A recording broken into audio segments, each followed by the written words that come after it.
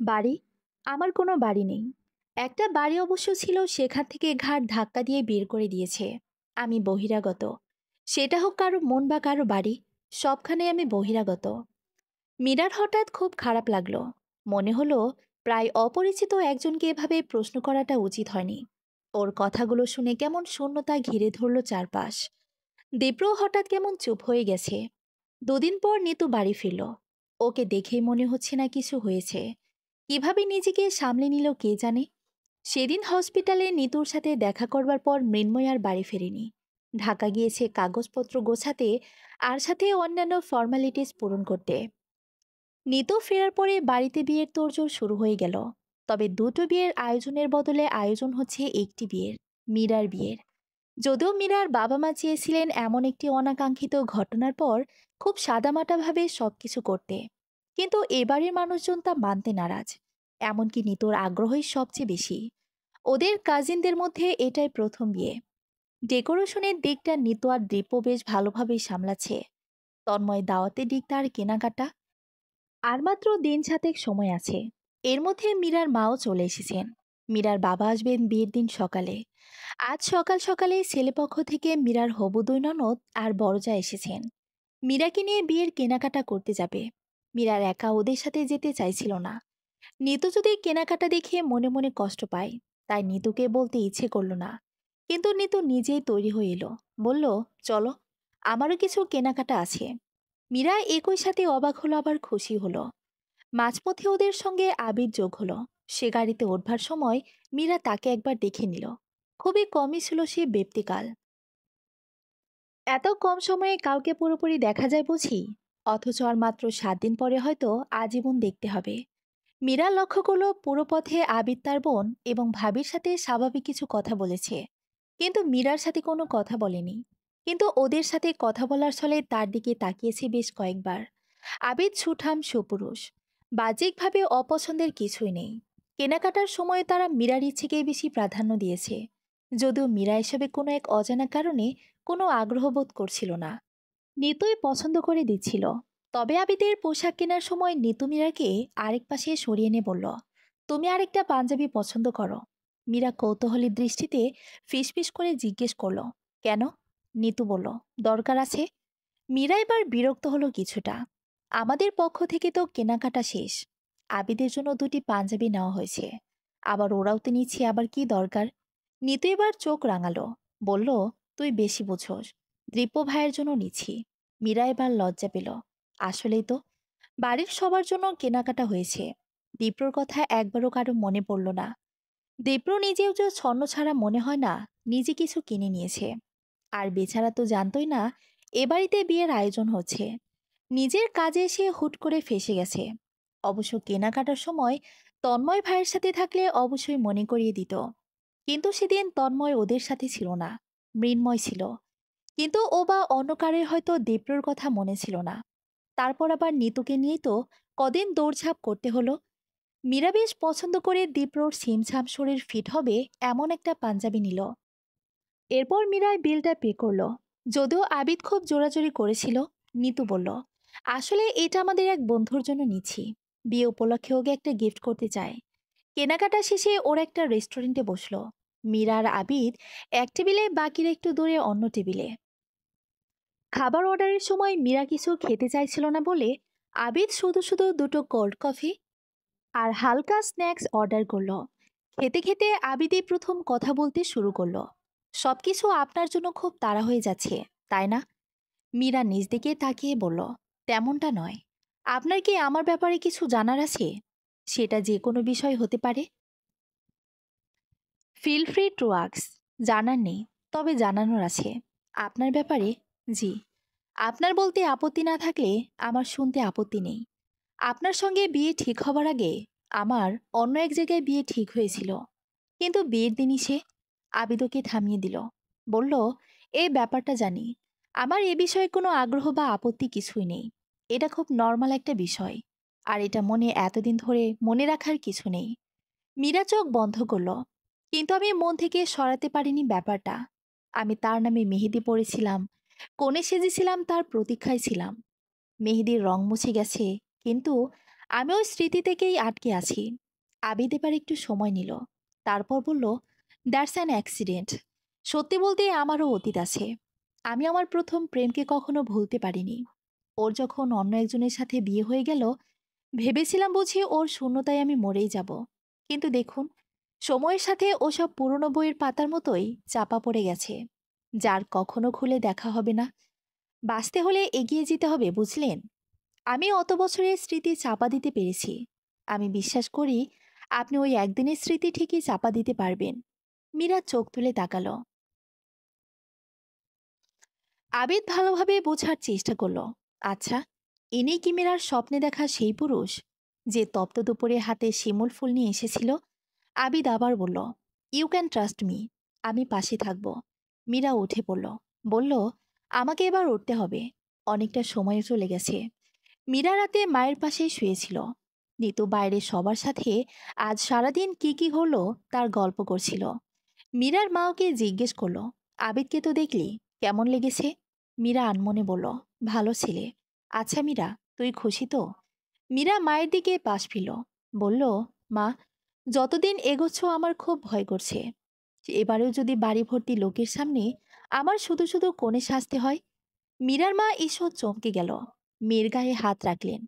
বললেন, সবসময় কুচিন্তা করতে নেই। বলা তো যায় না কখন কি কবুল হয়। মাঝরাতে মীরার শরীর কাঁপিয়ে আবার জ্বর এলো।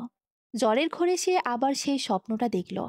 এবারে তার মুখটা স্পষ্ট নয়, শুধু জিজ্ঞেস করলো, কেমন আছো মীরা? মীরার ঘুম ভাঙল ফোনে বাজতে থাকা রিংটনে। আবিদ ফোন করেছে। কেমন আছেন? আবিদের গড়ায় প্রশ্নটা খুব মনোযোগ দিয়ে শুনল মীরা। তারপর উত্তর দিল, ভালো। আপনি? আবিদ টুকটাক কিছু কথা বলল।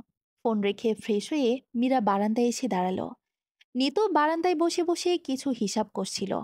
মীরা জিজ্ঞেস করলো, বিয়ে বাড়িতে পড়তে বসেছিস? গুড। নিতু বলল, ধুর, পড়াশোনা আর আমি, এগুলো ভাইয়ের প্রজেক্টের হিসাব। মীরা অবাক হলো। তুইও যোগ দিয়েছিস? ওর হাত পা ঝেড়ে ধুয়ে বেড়াচ্ছে, আর তোকে এসব কঠিন কাজ দিয়ে গেছে? নিতু হাসল। ওরা চায় আমি ব্যস্ত থাকি। মীরার পাঞ্জাবির কথা মনে পড়ল।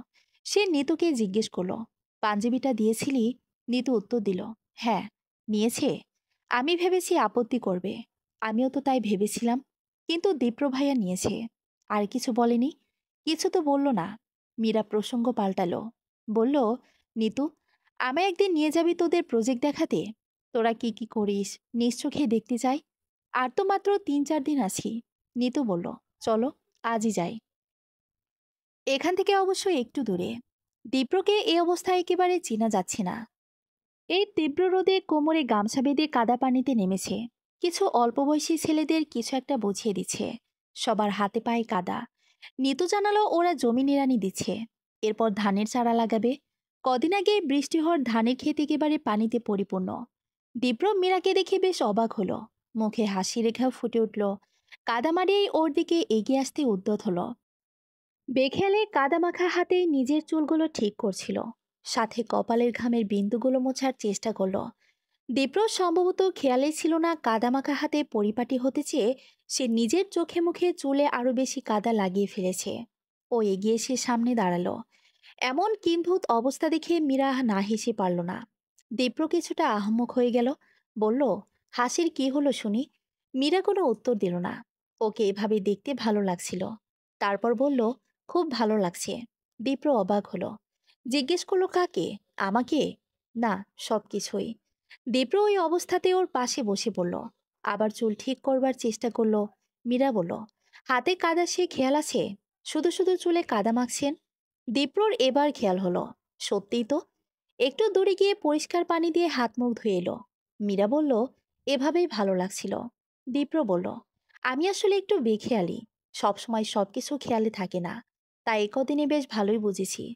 দীপ্র এবার একটু সিরিয়াস হলো। সোজা হয়ে বসলো। তারপর জিজ্ঞেস করলো, আচ্ছা, একটা সত্যি কথা বলুন তো। বলুন। আমার কাজ কি খুব অনর্থক বলে মনে হয়? কই না তো। কিন্তু আমি তো বাড়িতে বোঝাতে পারছি না। তারা এসব কিছুতেই মানছে না। বাবা বলেছেন এসব পাগলামো করতে হলে বাড়ি ছেড়ে অন্য কোথাও গিয়ে কর। তাছাড়া অবশ্য আর একটা কারণে ভাইয়ারা বাসায় আমার বাড়ি যাওয়া নিষিদ্ধ ঘোষণা করেছে। কিন্তু আজ মা ফোন করেছিল। খুব কান্নাকাটি করছে। আমার কিছু ভালো লাগছে না।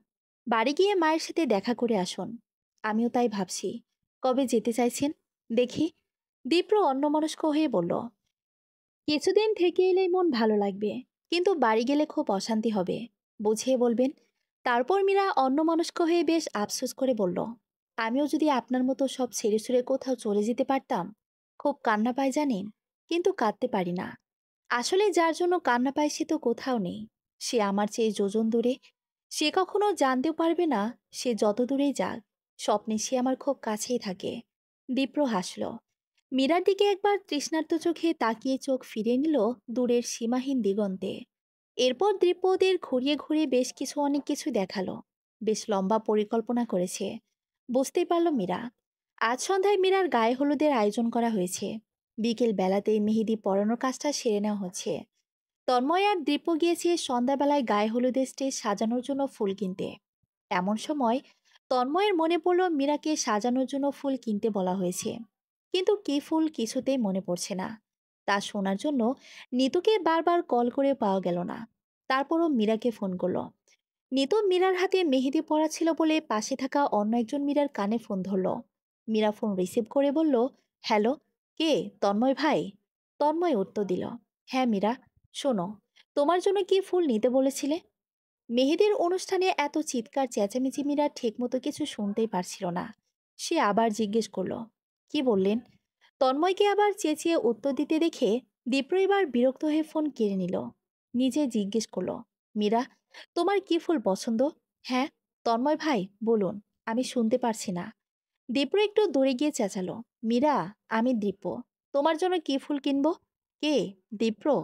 আমি দীপ্র। আরেকবার বলুন, কি ফুল নেব তোমার জন্য? বুঝতে পারছি না, আবার বলুন। দীপ্র আর একটু সরে গিয়ে দাঁড়ালো। চট করে বলল, আই লাভ ইউ। এবার শুনতে পেয়েছিস, ইডিয়েট কোথাকার? এ কথা বলেই ফোন কল কেটে দিল দীপ্র। ফিরে আসার পর তন্ময় জিজ্ঞেস করলো, জানতে পেরেছিস কি ফুল? দীপ্র ফুল দেখতে দেখতে বলল, আমার পছন্দে কিনতে বলেছে। ওদিকে নিতু জিজ্ঞেস করলো, ভাইয়া কেন ফোন করেছিল? মীরা হাতে পড়া মেহেদির দিকে তাকিয়ে বলল, তন্ময় ভাইয়ের ফোন দিয়ে দীপ্র ফোন করেছিল। কোন দরকারে?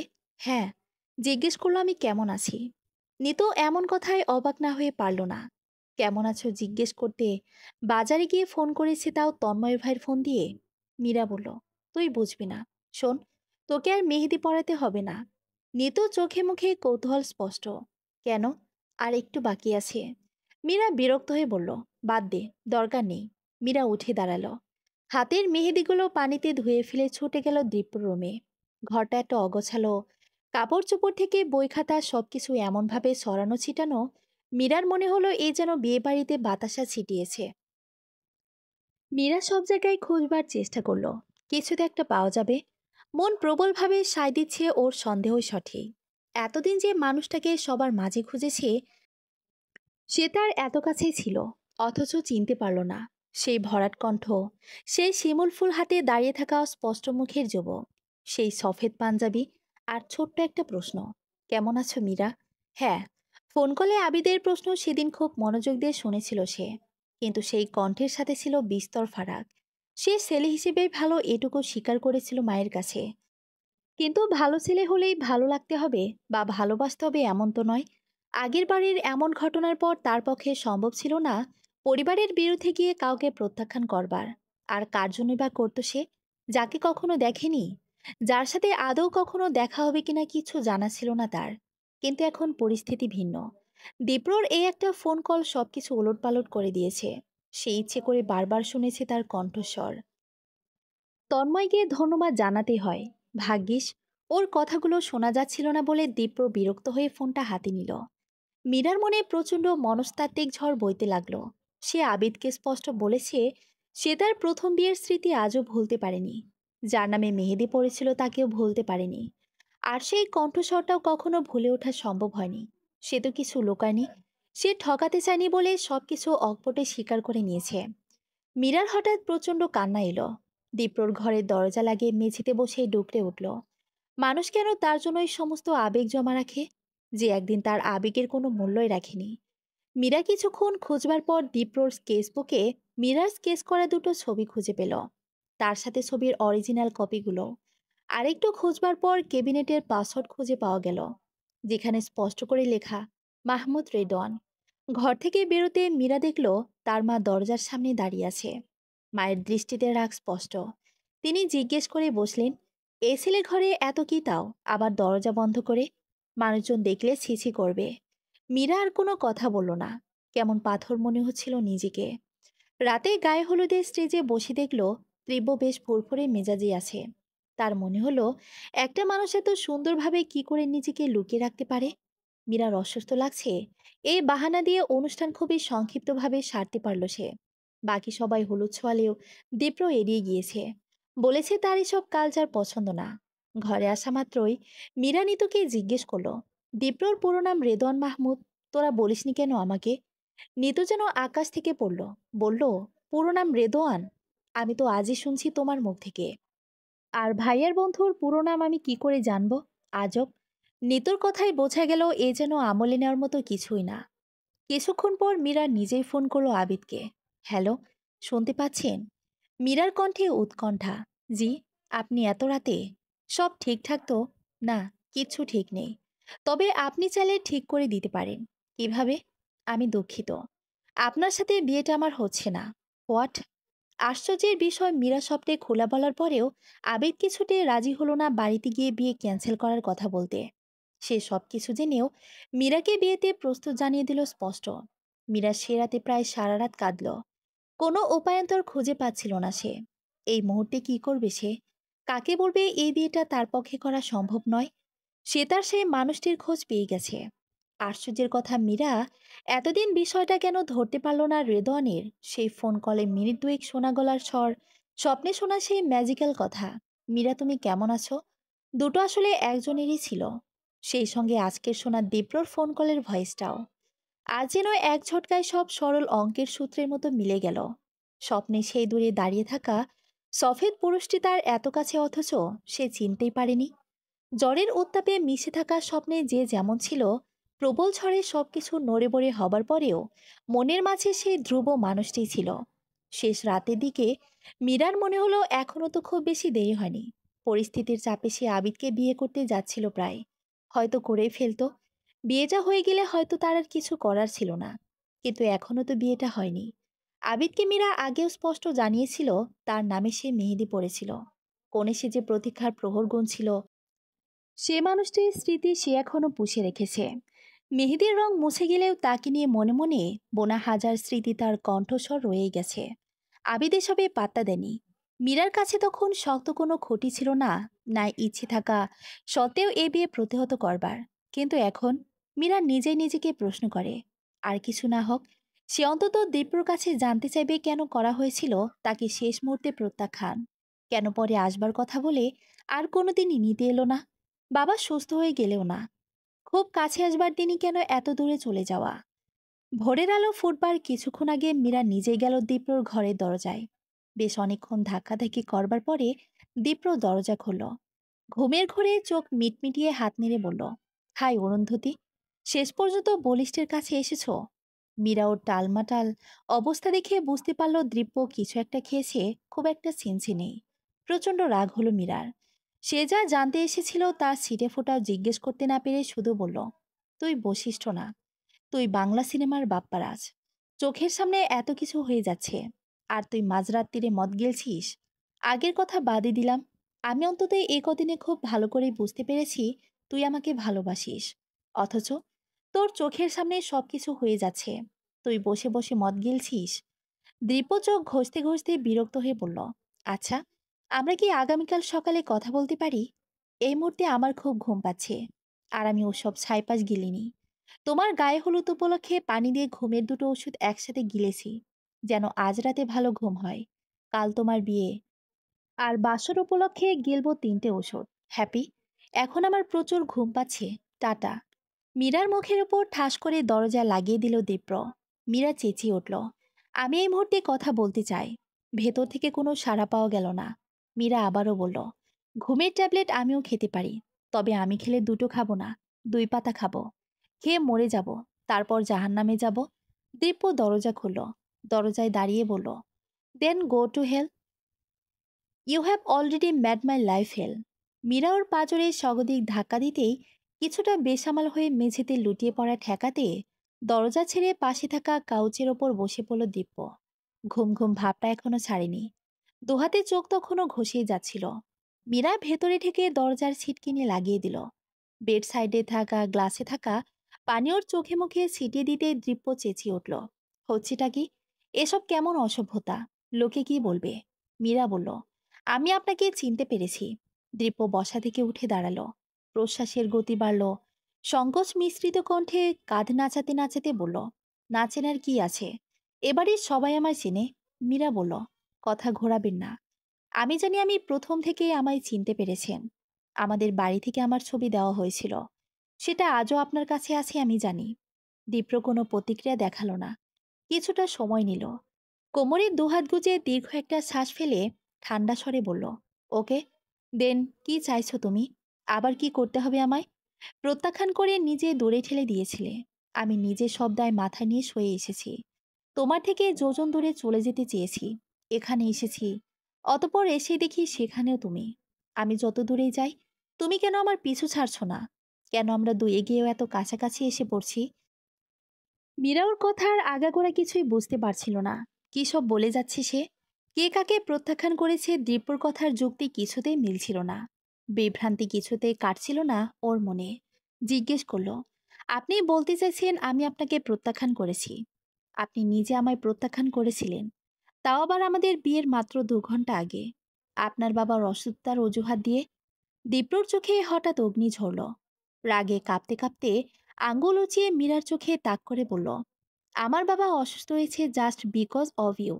আমার ভাইরা আমায় আমার অসুস্থ বাবার কাছে পর্যন্ত যেতে দেয় না, জাস্ট বিকজ অব ইউ। আমিও তারপরেও তোমায় এত কাছে পেয়েও সেসব বিষয়ে কখনো কোনো প্রশ্ন তুলিনি, কোনো অভিযোগও করিনি, just because I have loved you once and I have that feeling for you somewhere till now. I tried a lot but I can't hate you anymore. Meera বিস্ময়ের চোখে বলল, আপনার কোথাও ভুল হচ্ছে। দীপ্র মীরার কথা উড়িয়ে দিয়ে হাসতে হাসতে বলল, হ্যাঁ, ভুল একটা হয়েছিল। সারা জীবন বিয়ে করতে না চাও আমিটাও শুধুমাত্র একটা ছবি দেখে আমার হবু বউয়ের প্রেমে পাগল হয়ে গিয়েছিলাম। তার ছবি ছোট্ট করে রিসাইজ করে ওয়ালেটের পকেটে নিয়ে ঘুরতাম, সময় পেলে খুব লুকিয়ে দেখতাম। অসংসারী ছন্ন ছাড়া আমিও সংসার করার স্বপ্ন দেখতাম। মীরা প্রায় কাঁদো কাঁদো হয়ে বলল, তাহলে ছেড়ে গিয়েছিলেন কেন? আর এলেন না কেন? মানলাম বাবা অসুস্থ, কিন্তু পরিস্থিতি কিছুটা সামলে গিয়ে আসা যেত না? আমি যে মনে মনে এখনো সেই কণ্ঠের প্রতীক্ষা করি, আমার সেই বাগদত্তার, যাকে আমি কখনো দেখিনি, যে কণ্ঠ আমায় একদিন ফোনে জিজ্ঞাসা করেছিল, হ্যালো মীরা, কেমন আছো? আমি আজ একটু ব্যস্ত রাখছি কেমন? আপনি জানেন, আমার প্রতি মন খারাপের রাতে আপনি আমার স্বপ্নে আসতেন। আমার কল্পনার সেই সাদা সফেদ শুভ্র অস্পষ্ট রূপে জানতে চাইতেন, মীরা তুমি কেমন আছো? কিন্তু আমি কখনো বুঝতে পারিনি আমার সেই রেদোয়ান। দীপ্র একই মানুষ। যদি না আজ ফোন কলে কণ্ঠটা আবার শুনতাম। দীপ্র বলল, তোমার ফোন নম্বরটা অনেক কষ্টে জোগাড় করেছিলাম। ঝোঁকের মাথায় ফোন করে কি বলবো খুঁজে পাচ্ছিলাম না। সেদিন তাই কেমন আছো জিজ্ঞাসা করে রেখে দেই। আরেকটা বিষয় বলি, আমার দীপ্র নামটা আমার আম্মা ছাড়া বাড়িতে কেউ ডাকে না। তবে আমি আমার স্কুল কলেজ সব জায়গায় দীপ্র বলতেই স্বাচ্ছন্দ্য বোধ করি। দাদার মতে এটা নাকি হিন্দু আইনি নাম। রক্ষণশীল পরিবারে এসব চলে না, তাই বাড়ির লোকজন রেদওয়ান বলে। হয়তো তোমাদের পরিবারেও এটা বলেই পরিচয় করে দিয়েছিল। আর তুমি আমার ছবি পর্যন্ত দেখোনি, ব্যাপারটা তো আমি জানতামও না। আমাদের বাড়িতে তোমার বাবা আর 2 জ্যাঠা আর বড় জ্যাঠার ছেলে গিয়েছিল সম্ভবত। সম্পূর্ণ বিষয়টা পারিবারিকভাবে হয়েছে। এখন ওনারা আমার পরিবার থেকে কোনো ছবি নিয়েছেন কিনা তা তো তখন জানতাম না।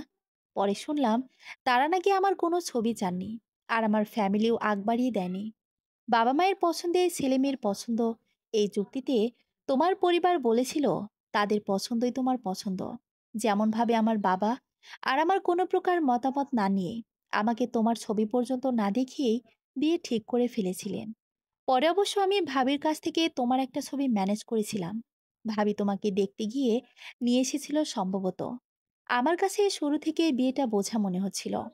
চাকরিটা হবার সাথেই বাবা মা সহ বাড়ির সবাই এত তাড়াহুড়ো করছিল, যেন তোমাকে আমার গলায় ঝুলিয়ে দিলেই আমি মহা সংসারী হয়ে যাব। আমি আর চাকরি বাকরি বাড়ি ছেড়ে এমন মাঠঘাট চাষবাস নিয়ে পড়ে থাকবো না। দীপ্র হাসলো, আবার বলল, আমার উপর প্রচন্ড চাপিয়ে দেওয়া বিয়েটা আমার কাছে স্বপ্নের বিয়ে হলো সেদিন, যেদিন আমি তোমার ছবিটা প্রথম দেখলাম।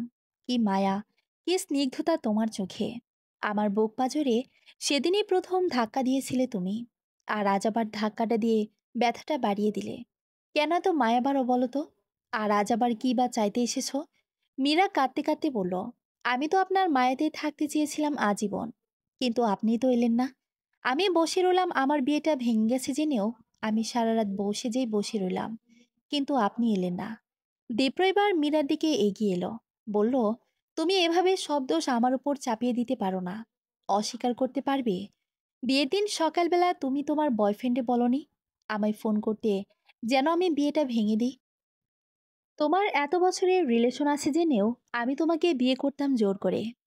মীরা দূরে সরে গেল কিছুটা, বিস্ময় ভরা ক্রোধের চোখে তাকিয়ে বলল, আমি কেন কাউকে বলবো আমার বিয়ে ভেঙে দিতে?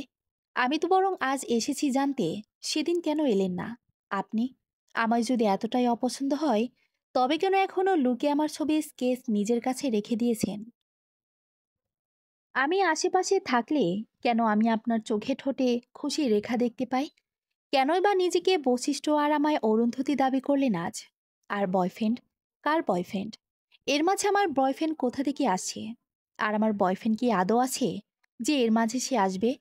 দীপ্র অবিশ্বাসী দৃষ্টিতে বলল, তবে কি আমি মিথ্যে বলছি? বিয়ের দিন সকালে এক ভদ্রলোক আমার ফোন করে রীতিমতো কান্নাকাটি করেছে। তোমাদের রিলেশন তোমার পরিবার মানছে না বলে আমার সাথে তার বিয়ে দিতে চাইছে। আমি যেন তোমাদের হেল্প করি, বিয়েটা যেভাবে হোক ভেঙে দিই। এসব শুনে সেদিন তৎক্ষণাৎ কি করব বুঝে উঠতে না পেরে বাবাকে বলি, তোমাকে বিয়ে করা আমার পক্ষে সম্ভব নয়। আমি বিয়েতে আগ্রহী নই। বাবার সাথে আমার এ নিয়ে এক পর্যায়ে বাক বিতণ্ডা শুরু হয়ে যায়। সেদিন আমার পুরো পরিবার একদিকে আর আমি ছিলাম একদিকে। আমি সমস্ত দোষ আমার ঘাড়ে নিই। আমি বলি, আমার অন্য কেউ পছন্দের আছে, যার জন্য তোমাকে বিয়ে করতে চায় না।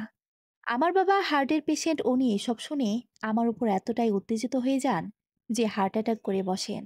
আর এখন তুমি বলছো তুমি বসে যে বসেছিলে আমার প্রতীক্ষায়, অথচ আমি সেদিন বর্ষে যে নিজের বিয়ে নিজে ভেঙেছি। অসুস্থ বাবাকে নিয়ে হাসপাতালে গিয়েছি। আমার পরিবার এখনো মনে করে আমার এই খামখেয়ালি সিদ্ধান্তের জন্য আমার বাবা অসুস্থ। তারা আমাকে এখনো বাবার সামনে সেভাবে যেতে দেয় না। যদি আমায় দেখলে আবার কিছু একটা উল্টাপাল্টা ঘটে। তুমি সেই একইভাবে এবারেও বিয়ের দিন সকালবেলা আমার কাছে দাবি নিয়ে এসেছো যেন আমি এবারেও বিয়ে ভেঙে দিই। এবার তোমার বয়ফ্রেন্ড, তোমার হবুবরকে কনভিন্স করতে পারোনি তাই না? তাই এসেছো আমার কাছে। কারণ তুমি তো জানোই আমি তোমার বিয়ে একবার যখন ভেঙেছি বারবার ভাঙতে পারবো। এটাই চাও তো?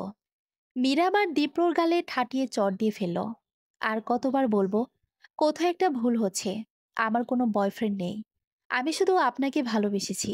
আপনাকে, যার সাথে আমার প্রথম বিয়ে ঠিক হয়েছিল তাকে, যার সাথে আমার প্রথম বাগদান হয়েছিল। আর কে আপনাকে ফোন করে কি বলেছে তাই বিশ্বাস করে নিলেন? একবার আমায় ফোন করে জিজ্ঞাসা করলেও কি হতো না? সবকিছু উল্টাপাল্টা করে ফেলেছেন। নিজের জীবন, নিজের বাড়ির মানুষজন, সেই সাথে আমাকেও। দীপ্র কোনো উত্তর দিল না। চর খেয়ে সে কিছুক্ষণ থমকে রইল। তারপর বিছানা থেকে ফোন নিয়ে পুরাতন কল লিস্ট থেকে নম্বরটা বের করে দেখালো। এটা তোমার বয়ফ্রেন্ডের নম্বর না? মীরা অগ্নিমূর্তি ধারণ করে বলল, আর একবার বয়ফ্রেন্ড বললে আরো দুটো চর দেব। দীপ্র বলল, শুধু শুধু তো বলছি না। আমি পরে খোঁজ নিয়েছিলাম। সেদিনের সিম লোকেশন তো তোমাদের গ্রামে দেখিয়েছিল। রেজিস্ট্রি করা ছিল একটা ফ্যাক্সিলোডের দোকানের মালিকের নামে। মীরা খেপে গিয়ে বলল, হ্যাঁ, আমি ফ্যাক্সিলোডের দোকানদের সাথে প্রেম করি। আর চোখ মুখ ভাসিয়ে কাঁদি আমার সামনে থাকা বাপ্পারাসের জন্য। দীপ্র উত্তর দিল, হতেই পারে তোমার বয়ফ্রেন্ড তোমার এলাকার কেউ, তাই পরিচিত ঢাকতে দোকান থেকে ফোন দিয়েছিল। তাছাড়াও হতে পারে। মীরার কিছু শুনলই না, সেই সাথে আর কোনো উত্তরও দিল না। দীপ্রর বেড সাইডে রাখা জগ থেকে আরও এক গ্লাস পানি ঢাললো। আর পাশ থেকে ঘুমের ওষুধের পাতা থেকে আরও দুটো খুলে নিয়ে এসে দীপ্রকে ইশারা করলো কাউচে বসতে। ও কিছু না বুঝে মীরার দিকে হাঁ করে তাকিয়ে বসে পড়ল। মীরা ওর চল শক্ত করে ধরে ধরে হাঁ করে ওষুধ দুটো জোর করে মুখে পানিসহ পুরে দিল। বলল, অনেক মাথা খাটিয়েছেন, দয়া করে এই গার্বেজ মাথা আর খাটাতে হবে না। দুটো ওষুধ খেয়ে যেমন মরার মতো ঘুমাচ্ছিলেন, এবার আরো দুটো খেয়ে আপনি বরং আমার মাথা না খাটিয়ে মাথাকে আবার শান্তি দিন। এ কথা বলে মীরা হনহন করে ঘর থেকে বেরিয়ে গেল। এসব কি হচ্ছেটা কি? যদিও দীপ্রর কথা কর্ণপাত করার মতো ঘরে তখন কেউ ছিল না। দীপ্র অশ্রমে গিয়ে গলার ভেতর আঙ্গুল দিয়ে বমি করার চেষ্টা করলো। যে করেই হোক, ঘুমের ওষুধগুলোকে কাজ শুরু করতে দেওয়া যাবে না। এবার ঘুমিয়ে পড়লে সব শেষ। বাড়িতে পার্লারের মেয়েরা চলে এসেছে। মীরা গোসল সেরে বউস আছে, লাল টুকটুকে বউ, একদম নিজের মনের মতো করে। কিছুক্ষণ পরে সে নিতুকে ডাকলো, কানে কানে বলল, আজকে আমি একটা সাংঘাতিক কাজ করব। নিতু এক্সাইটেড হয়ে বলল, কি করবে মীরা আপা? মীরা বলল, আমার বিয়েটা আজকেও ভেঙে যাবে দেখিস, তবে এবার বরপক্ষ ভেঙে দেবে না, আমি ভেঙে দেব। নিতু চোখ মন খারাপ করে বলল, তুমি বিয়ে করবে না? মীরা হাসতে হাসতে বলল, করব তো। তাহলে তোর দীপ্র ভাইয়াকে নিয়ে পালাবো। নিতুকে ভীষণ খুশি আর এক্সাইটেড দেখালো। সে জানতে চাইল কিভাবে। মীরা নিতুকে শুরু থেকে সবকিছু খুলে বলল। সেই সাথে বলল, দীপ্রকে ঘুমের ওষুধ খাইয়ে দিয়েছি, ও মরার মতো ঘুমাচ্ছে। তুই তন্ময় ভাইকে বলে ওকে রেডি করিয়ে পেছনের দরজা দিয়ে নিয়ে গিয়ে গাড়িতে বসিয়ে রাখতে। আমি শ্বাসটা শেষ হলেই কোনো একটা অজুহাত দিয়ে এ ঘর থেকে বেরোবো। তারপর পেছনের দরজা দিয়ে পালিয়ে গাড়িতে উঠব। তন্ময় ভাই যেন আমাদের দীপ্রর বাড়িতে নিয়ে যায়। তারপর সবকিছু আমি ম্যানেজ করব। বাড়ির তখনও কেউ কিছু জানে না, মীরা, তন্ময় আর নিতু ছাড়া। বিকেলের দিকে বরপক্ষ আসবে। মীরা তার আগে যে করে হোক দীপ্রকে নিয়ে পালাবে, এমনটাই আপাতত প্ল্যান। হঠাৎ তন্ময় এসে ডাকলো। মীরা উঠে গিয়ে ব্যালকনিতে ওর সাথে খুব হালকা স্বরে কথা সারছিল। তন্ময় এসে জিজ্ঞেস করলো, এসব কি শুনছি? নিতু এসব কি বললো আমায়? মীরা স্বাভাবিকভাবে উত্তর দিল, ঠিকই বলছি। তন্ময়ের চোখে মুখে কৌতূহল। তোমার যে বিয়ে ভাঙার পর মৃন্ময় এখানে তোমায় এনেছিল, সেই বিয়েটা আমাদের দীপ্রর সাথে ঠিক হয়েছিল? মীরা মাথা নিচু করে বলল, জি। I can't believe it, man. ওর বিয়ে ঠিক হয়েছে শুনেছিলাম, কিন্তু সেটা তোমার সাথে তা তো জানতাম না। ও কখনো ওর হবু বইয়ের ডিটেলস আমাদের কিছু বলেনি। ও তো প্রচণ্ড বিরক্ত ছিল ব্যাপারটা নিয়ে, কারণ ওর চাকরি বাকরি এসব পছন্দ ছিল না। এর আগে দুটো ছেড়েছে। এবার ওর ভাই জোর করে একটা মাল্টিন্যাশনাল পরিচিত কাকে যেন ধরে জবে ঢুকিয়েছিল। জবটা আমাদের ডিসিপ্লিনের সাথে রিলেটেড। ও আর না কর্পোরেট জব তো ওর কোনাকালেই পছন্দ নয়। ও এই জবটাও ছাড়বার বাহানা খুঁজছিল। তাই বাড়ির লোকেরা বিয়ের জন্য এত তোড়জোড় করছিল।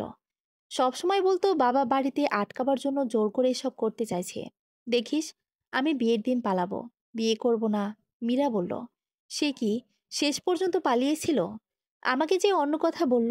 তন্ময় বলল, শেষের দিয়ে হঠাৎ মন ঘুরে গেল। বলল, বিয়েটা আগে করি, তারপর এটা পরে দেখা যাবে। এর মধ্যে আবার কি হলো? বিয়ের দিন থেকে ওর ফোন সুইচ অফ ছিল। আমরা বন্ধুরা কোনো খোঁজ খবর পাইনি। আর আমাদের তো ও বাড়ির ত্রিসীমানায় যাওয়া মানা। ওরা ভাবে আমরা তাদের ছেলের মাথা বিগড়ে দেই। এরপর বহুদিন কোনো খোঁজ খবর নেই, হুট করে সেদিন আমাদের বাড়ি চলে এলো। ওই তো, যেদিন তোমাকে আদিপরা দেখতে এলো, তখন বিয়ের ব্যাপারে জিজ্ঞেস করেছিলাম। বলল, এসব ব্যাপারে কথা বলতে ভাল লাগছে না। এরপর আমিও কিছু জিজ্ঞেস করিনি। মীরা বলল, মৃন্ময় তো আমার বিয়েতে গিয়েছিল। তারপর তার মনে হলো, মৃন্ময় গেলেই বা কি, সেও তো জানতো না ওর চাচাতো ভাইয়ের বন্ধুর সাথে মৃন্ময়ের খালাতো বোনের বিয়ে। আর দীপ্রকে কেউ দেখেনি। মীরার বাবা দুই জ্যাঠার জ্যাঠাতো ভাই ছাড়া। আজ বাবা এসেছেন, তিনি দেখলেও দীপ্রকে নিশ্চিত চিনবেন। যে করে হোক, বাবা দেখার আগে দীপ্রকে নিয়ে সরে পড়তে হবে। নয়তো বাবার যে রাগ, না জানে ওকে এ বাড়িতে এভাবে খোশ মেজাজে ঘুরতে দেখলেই সবাই মিলে মেরে আধমরাও করতে পারে। মীরার মনে হলো দীপ্য ইচ্ছে করে গত দুদিন ধরে আরো বেশি খোশ মেজাজে আছে, যদিও পুরোটাই অভিনয় করছে। এর মাঝে নিতু হঠাৎ হন্তদন্ত হয়ে এসে বলল, দীপ্র ভাইয়ালো তো পালিয়েছে। মীরার তন্ময় প্রায় একসাথে বলে উঠল, হোয়াট? নিতু হাঁপাতে হাঁপাতে বলল, মীরাপা, তুমি না বললে ঘুমের ওষুধ খাইয়ে দিয়েছ, মরার মতো ঘুমাচ্ছে। এ তো ঘুমাতে ঘুমাতে পালিয়েছে। মীরা বলল, তুই ঠিক মতো খুঁজেছিস? হ্যাঁ, ঘরে বাইরে অশ্রমে পর্যন্ত নেই। ওরা কেউ কোনো কথা বলছিল না। এখন কি করা যায় ভাবছিল। এর মাঝে নিতু হঠাৎ বলল, আমার মনে হয় এই ব্যাটার কোনো গোপন সমস্যা আছে। বিয়ের দিন এলেই কিছু একটা কাণ্ড ঘটিয়ে বিয়ে থেকে সটকে পড়ে। হার্বাল চিকিৎসা দরকার। তন্ময় ধমক দিল, যাবি এখান থেকে। নিতু মিনমিন করে বলল, অন্য কিছু না, মাথার হার্বাল চিকিৎসার কথা বলেছি। মাথার সমস্যা আছে। তন্ময়কে বারবার ফোন করতে লাগলো। দীপ্র ফোন রিসিভ করছিল না। মীরা এক পর্যায়ে বলে বসলো, দরকার হলে আমি ওর বাড়ি গিয়ে বসে থাকবো, তবু এই বিয়ে করব না। আবার যখন পেয়েছি আর কিছুতেই ছাড়বো না। ও নিজে আমাকে বলেছে আমায় ভালোবাসে, অথচ এমন কেন করছে বুঝতে পারছি না। তন্ময় বলল, এখন মাথা ঠান্ডা রাখার সময়। তাছাড়া পালানো তো কোনো সমাধান নয়। তোমার আর নিতুর করা এই পালানোর প্ল্যানে এমনিতেও আমার মত ছিল না। আমি এসেছিলাম অন্যভাবে ব্যাপারটা সমাধান করা যায় কি না সেই বিষয়ে তোমার সাথে কথা বলতে। নিতু বলল, কি আর করবে, এখন আপাতত আবিদ ভাইকে বিয়ে করো। পরে আবার দীপ্য ভাইয়াকে খুঁজে পেলে আবিদ ভাইকে বুঝিয়ে সুঝিয়ে ডিভোর্স দিয়ে দীপ্র ভাইয়াকে বিয়ে করে ফেলো। তাছাড়া তো আরও উপায় দেখছি না। নিতুর এমন উদ্ভট প্রস্তাবে মীরা নিতুকে ধমকে দিতে যাচ্ছিল। এর মাঝে বাড়ির ভেতর থেকে মীরার ডাক পড়ল। মীরাকে কিছু খাইয়ে দিতে বলল। ওর মা খাবারের থালা হাতে নিয়ে দাঁড়িয়ে আছে মীরার পেছনে। উপায়ন্তর না পেয়ে মীরা ঘরে গিয়ে মায়ের হাতে খেতে লাগলো। যদিও খাবার গলা দিয়ে নামছিল না। তন্ময় বাইরে গেল ওদিকের পরিস্থিতি জানতে। নিতু পিছু পিছু ছুটে গেল। খাওয়া শেষে মীরা বেশ কয়েকবার নিতুকে ডেকে পাঠিয়েছে। নিতু উপরে আসবার সময় পাচ্ছে না যেন। তন্ময়ের কোনো পাত্তা নেই। ফোনে একের পর এক ফোন কলে কথা বলেই যাচ্ছে। এদিকে বিকেল গড়িয়ে সন্ধ্যা নেমে এলো। সারা বাড়িতে গুঞ্জন পড়ে গেল বর আসছে। মীরার প্রচণ্ড কান্না পেল, সাথে রাগও। কি করবে এখন? একা একা পালিয়ে যাবে? কোথায় যাবে? কার কাছে যাবে? পথে পথে ঘুরবে? তারপর কি হবে? পথে পথে ঘুরলেই কি মানুষটাকে পাওয়া যাবে? মীরার বাবা এসে হঠাৎ উপস্থিত হলো ঘরে। অন্যরা সবাই বরকে বরণ করতে গেছে। বাইরে আতশবাজির প্রচণ্ড শব্দ। বাবাকে দেখে মীরা উঠে এসে জড়িয়ে ধরে ঠিক বাচ্চাদের মতো ফুপিয়ে কতক্ষণ কাঁদল তা সে নিজেও জানে না। ওর বাবা বলল, ছোটবেলায় মেলায় নিয়ে গেলে কিছু পছন্দ হলে এভাবে ফুপিয়ে ফুপিয়ে কাঁদতি, না দেয়া পর্যন্ত থামতি না। আজও কিছু চাই? মীরা বলতে চাইল। তার সেই সফেদ পোশাকের পুরুষটি চাই, কোনো আবির টাবির নয়। কিন্তু বলতে পারলো আর কই। মীরা আবার ফুপিয়ে বলল, আমি আপনার সাথে বাড়ি চলে যেতে চাই। বাবা ওর মাথায় হাত বুলিয়ে বলল, তা তো আর হয় না। ছোটবেলায় চাইলে সবকিছু হয়তো দেওয়া যায়, কারণ তখন চাওয়াগুলো ছোট থাকে। এখন বড় হয়েছিস না, বাস্তবতা ভিন্ন। বাড়ি যেতে মন চাইছে খুব বেশি। মীরা মাথা ঝুঁকিয়ে বলল, হুঁ। কতদিন বাড়ি যায় না? কতদিন ধরে খালার বাড়ি পড়ে আছি। তুই তো জানিস ওখানকার পরিস্থিতি। আগামীকাল বউ ভাতে তোকে আমরা সবাই নিতে যাব। তখন একেবারে জামাইকে সাথে নিয়ে আমাদের বাড়ি যাবি। 2-4 দিন থাকবি। আছেই একটা দিনের তো ব্যাপার। মন খারাপ করে না আম্মা? এখন একটু হাসো। মীরা হাসতে চেষ্টা করলো মাত্র। ওদিকে বরকে বরণ করা শেষে স্টেজে বসানো হয়েছে। নিতুসহ আরো কয়েকজন এলো মীরাকে নিতে। স্টেজে একসাথে বর কনেকে বসিয়ে সামনাসামনি বিয়ে পড়ানো হবে। মীরা নিতুকে দেখে জিজ্ঞাসা করতে চাইল, দীপ্রর কোনো খবর আছে কিনা, কিন্তু এ কথা উচ্চারণ করতে পারল না এত সব মানুষের মাঝে। শুধু জিজ্ঞাসা করল, দীপ্র? নিতুর কান অব্দি সে কথা সম্ভবত পৌঁছল না। স্টেজে পৌঁছতে পৌঁছতে মীরার মনে হলো এইমাত্র সে মাথা ঘুরে পড়ে যাবে, তারপর মারা যাবে। মাটির দিকে খুব সাবধানে তাকিয়ে হাঁটছিল সে। সিঁড়িতে উঠতে শরীর আর সায় দিল না। চোখ ঝাপসা হয়ে লুটিয়ে পড়তে যাচ্ছিল। সেইমাত্র চোখ পড়ল স্টেজের উপর থেকে তার দিকে ছুটে এগিয়ে আসছে তার স্বপ্নে দেখা সেই সফেদ পুরুষটি। হ্যাঁ, সেই মানুষটি। সাদা ঝলমলে বিয়ের পোশাকে সাদে সাদা পাগড়ি বাঁধায়। দীপ্র ছুটে এসে ওকে ধরে ফেলল। কানের কাছে ফিসফিস ফিসফিস করে বলল, have you dream come true now? Meera ওকে শক্ত করে জড়িয়ে ধরে কাঁদতে কাঁদতে বলল, আপনি খুব খারাপ, খুব। আই এম সরি তো। সবকিছু ম্যানেজ করে আস্তে আস্তে দেরি হয়ে গেল। এত কম সময়ে এত কিছু ম্যানেজ হয় নাকি? স্টেজে দীপ্রর পাশে বসেও মীরার মনে হচ্ছিল সে স্বপ্ন দেখছে। দীপ্রকে খুব স্বাভাবিক হাস্যজ্জ্বল দেখাচ্ছিল। মাঝে মধ্যে ঘুমের একটা দুটো হাই তুলছিল আর মীরার দিকে তাকাচ্ছিল। কিন্তু মীরার দৃষ্টি যেন সরছে না। নিতু এগিয়ে এসে বলল, কি, কেমন হলো সারপ্রাইজ? দীপ্র ভাইয়া একা পুরো 3টা বাড়ি সামলিয়েছে, সবাইকে রাজি করিয়েছে। তন্ময় ভাইয়া অবশ্যই একটু হেল্প করেছে এ বাড়ির ব্যাপারে। মীরা শুধু বলল, তোরা খুব খারাপ। দীপ্র বলল, তুমি সবচেয়ে খারাপ, মাথায় পচা বুদ্ধিতে ঠাসা। ঘুমের ওষুধ খাইয়ে আমায় নিয়ে পালিয়ে যাবে শখ কত। এই দেখো, পালিয়ে নয়, সবার সামনে দিয়ে সজ্ঞানের বগল দাবা করে নিয়ে যাব। আমি ভদ্র ছেলেও সব পচা বুদ্ধিতে নেই। মীরা কাঁদো কাঁদো চোখে বলল, আই হেট ইউ। দীপ্র ফিসফিস করে বলল, I love you too my Arundhati. বিদায় বেলায় মীরা বাবাকে জড়িয়ে যখন কাঁদছিল, ওর বাবা হেসে হেসে মেয়েকে জিজ্ঞেস করলো, কি আম্মা, এখনো বাড়ি যেতে ইচ্ছে করছে? মীরা বলল, বাবা, আপনিও ওদের মতো খুব খারাপ। ভদ্রলোক দীপ্রর দিকে ইশারা করে বললেন, শেষ মুহূর্তে আমি কেন রাজি হয়েছি জানিস? তুই ছোটবেলায় কোনো শখের জিনিস নেবার জন্য যেমন আমার সাথে বায়না ধরতি, না পেলে ফুপিয়ে ফুপিয়ে কাঁদতি, এই ছেলেটা আজ তোকে পাবার জন্য একইভাবে আমার কাছে বায়না ধরেছে। আমি বাবা হয়ে কি করে না দিয়ে পারি?